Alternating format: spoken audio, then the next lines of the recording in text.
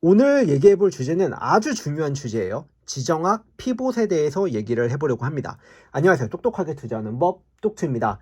오늘 얘기해 볼 지정학 피봇이라는 이 주제는 여러분께서 그 지정학이나 국제정치를 바라보는 관점, 그리고 투자에까지의 연결까지 앞으로 최소 제가 볼 때는 10년 이상을 책임질 아이디어예요.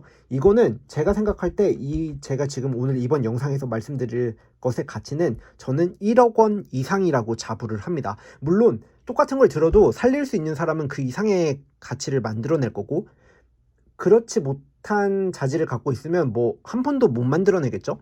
근데 일단 시작을 해보려고 합니다. 일단 제가 이거를 스크립트를 쓰거나 이렇게 해가지고 영상을 지금 찍고 있는 게 아니거든요. 그래서 굉장히 횡설수설하고 왔다리 갔다리 할 수 있는데, 중요 내용은 이제 중간중간에 정리를 해드릴 테니까 알아들으시는 데는 지장이 없을 겁니다. 네, 그래서 시작해 볼게요. 일단 최근에 아주 겁나 큰 거대한 뉴스가 나왔어요. 그게 뭐냐면 트럼프 발언에 화들짝 놀란 나토, 유럽 국가들 홀로서기 나서나 라는 기사가 나왔는데, 이게 정말 빅뉴스인 이유는 블록화, 다극사회 탈세계화가 경제에서만 일어나다가 이제 군사 안보까지 완전히 확대되는 양상을 보여준다는 거예요. 그래서 지금 이게 트럼프의 그냥 혼자만의 미친 망상이다 라고 생각하실 수 있는데, 저는 이게 앞으로 미국이 나아갈 방향, 그리고 미국이 원하는 것이라고 생각을 합니다. 물론 저는 트럼프가 될 거라고 지금 좀 예상을 하고 투자에 임하고 있다는 것까지 좀 바이어스가 있을 수 있다는 점 좀, 네, 그거를 좀 감안해 주시면 돼요.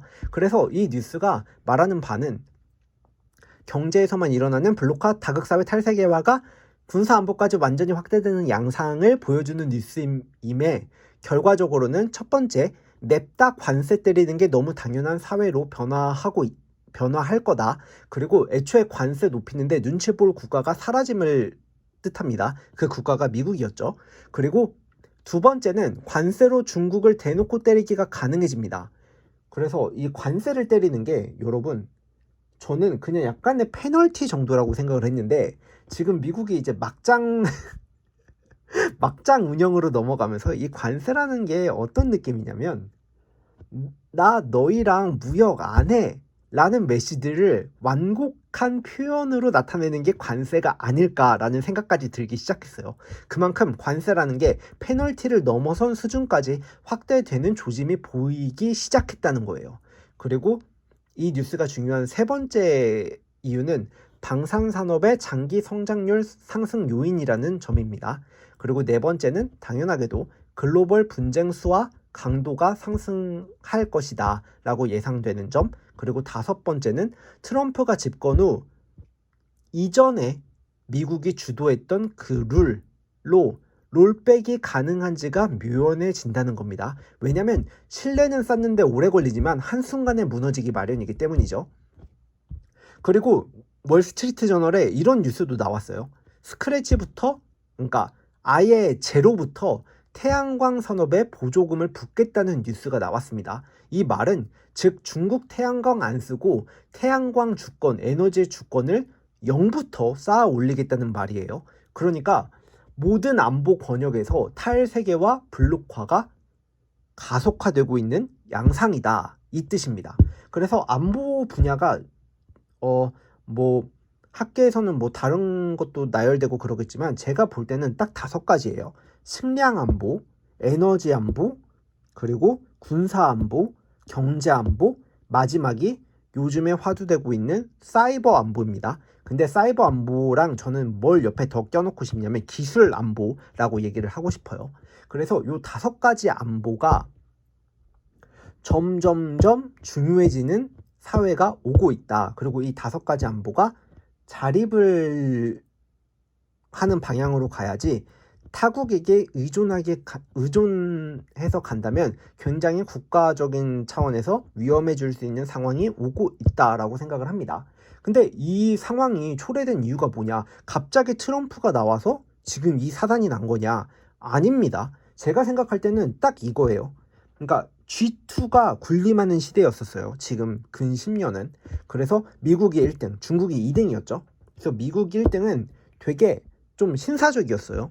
그러니까 미국이 좀 깡패긴 하지만 그래도 세계의 경찰을 표어로 삼고 경찰 노릇을 했단 말이죠. 그래서 자유시장주의 이런 것처럼 미국이 룰을 세팅하면 유럽이나 다른 이제 선진국이나 아니면 개도국들이 따라가는 양상으로 발전을 했는데 거기에서 말을 안 듣는 놈 한 놈이 나옵니다. 그게 바로 중국이에요. 그러니까 2등인데 얘는 1등의 정한 룰을 따라오는 게 아니라 얌체짓을 하는 거죠. 미국이 정한 룰을 다 부수고 보호무역도 하고 보조금도 겁나 쏟아 부어서 그 신성장 산업에 업그레이드 엄청나게 혼자 칠하고 이러니까 미국 꼴에서는 되게 꼴사 나왔을 겁니다. 왜냐면 국가가 발전하는 데는 엄청나게 효율적으로 발전을 하는데 미국이 주조하는 시장 경제를 따라오는 나라는 아니었거든요, 중국이. 근데 중국이 경제 규모도 커지더니 갑자기 원가로 경쟁할 수 있는 모든 산업 분야는 미국을 좀먹어가기 시작하는 겁니다. 그래서 중국이 미국을 따라잡으면 미국으로선 굉장히 좀 위협을 느낄 수가 있죠. 그래서 중국을 때리자니 시장 경제라는 룰에서는 중국이 이미 때릴 수 없는 상대가 지금 되어버렸다고 저는 판단을 합니다.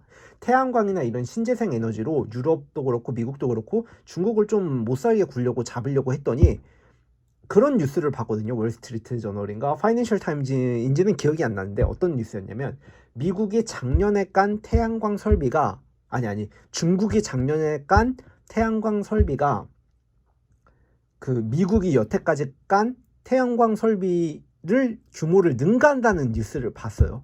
그러니까 일론 머스크가 최근에 한 발언이 또 있죠. 관세를 때리거나 이런 보호무역을 하지 않으면 전기차 플레이어는 중국에 그냥 다 박살난다 라는 말을 했어요. 물론 일론 머스크가 굉장히 그 산업에 있는 사람이고 경쟁자이기 때문에 좀 오버해서 말한 것일 수도 있어요. 근데 저는 그게 팩트라고 봅니다. 그래서 미국이 주도하는 룰로 지금은 중국을 막을 수가 없다. 그래서 중국이 여태까지 해왔던 것처럼 미국도 자기가 여태까지 주장하고 세계를 통솔했던 그 룰을 벗어 던지고 막장 얌체짓을 해야 된다는 거예요. 그 상황까지 온 거예요. 지금 미국이.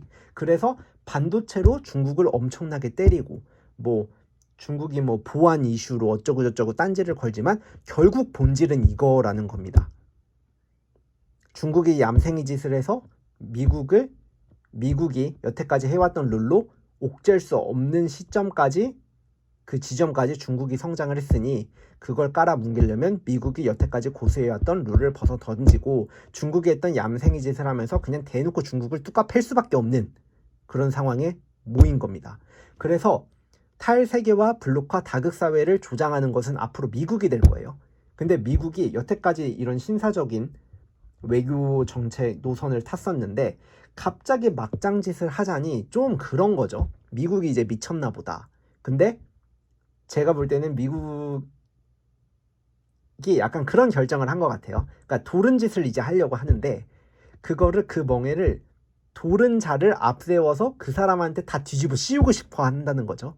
그 적임자가 저는 트럼프라고 생각을 합니다.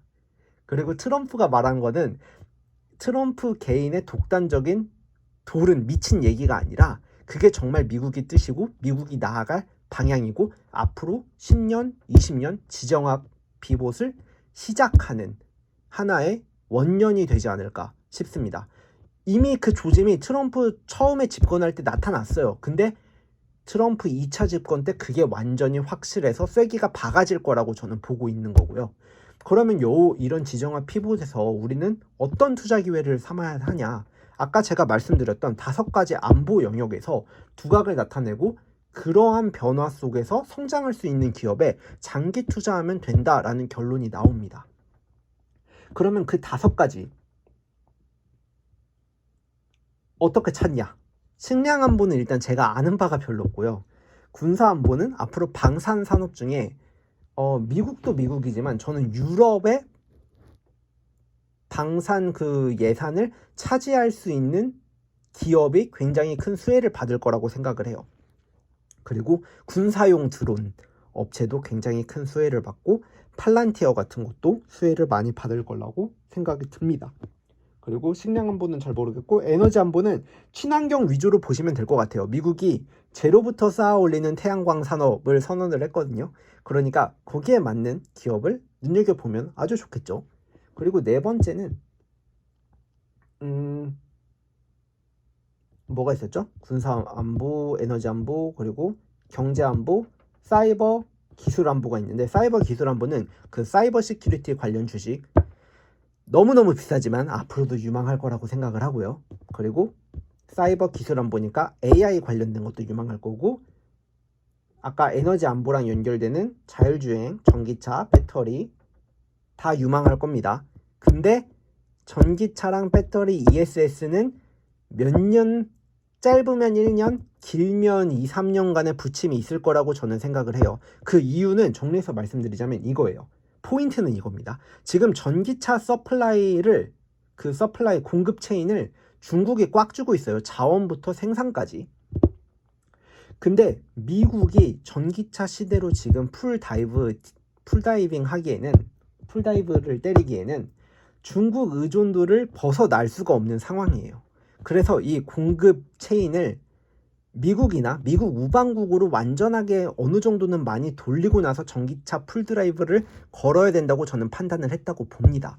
그래서 중국을 견제하면서 전기차 이르다 이런 하이브리드 쪽으로 가야 된다라고 언론에 뿌리지만 결국 그 밑단에 있는 본질은 중국에게 돈을 안 주고 전기차 타이밍을 늦춰서 그 시간 동안 그 시간을 벌어서 전기차 그 서플라이 체인, 공급 체인을 미국이나 우방국으로 가득가득 채운 다음에 그 다음부터 다시 전기차 드라이버를 걸겠다로 보여요. 이거는 음모론일 수도 있고 제 뇌피셜이지만 저는 그렇게 생각합니다. 그리고 저는 그 시나리오 안대로 투자를 할 거예요. 그리고 이제 또 다른 얘기는 그 5월, 6월 금리 인하에 관한 이야기랑 2024년에 언제 투자 기회, 그러니까 박앤세일이나 어떤 그 섹터 세일을 할 때 들어갈 수 있느냐 타이밍에 대해서도 이 지정학 이슈랑 연결돼서 얘기해 볼 게 있는데 이거는 영상이 길어지니까 제가 다음 영상에 올릴 거거든요. 그러니까 지금 영상은 1억 원 이상의 가치를 해요. 분명합니다. 그러니까 구독이랑 좋아요 잊지 마시고요. 다음 영상도 제가 볼 때는 저는 적어도 3,000에서 5,000 이상은 벌 수 있을 거라고 생각해요. 그 아이디어로. 그러니까 구독, 좋아요 잊지 마시고 다음 영상에서 또 뵙도록 하겠습니다. 감사합니다.